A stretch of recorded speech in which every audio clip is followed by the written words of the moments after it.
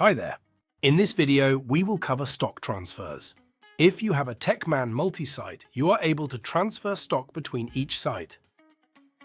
Hover over the Products tab and select Stock Transfers.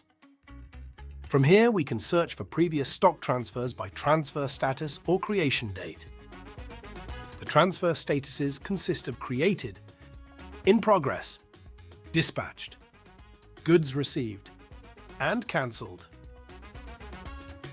Using the Transfers In and Transfers Out options in the top right, you'll be able to see the transfers for the site you're viewing. To start a new transfer, select New Transfer in the top right. Next, choose the two sites you'd like to transfer between using the Site From and Site To drop-down menus.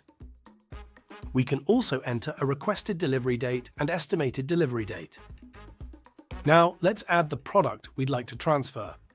Allocate the quantity we'd like to transfer using the field on the right-hand side, then hit Save.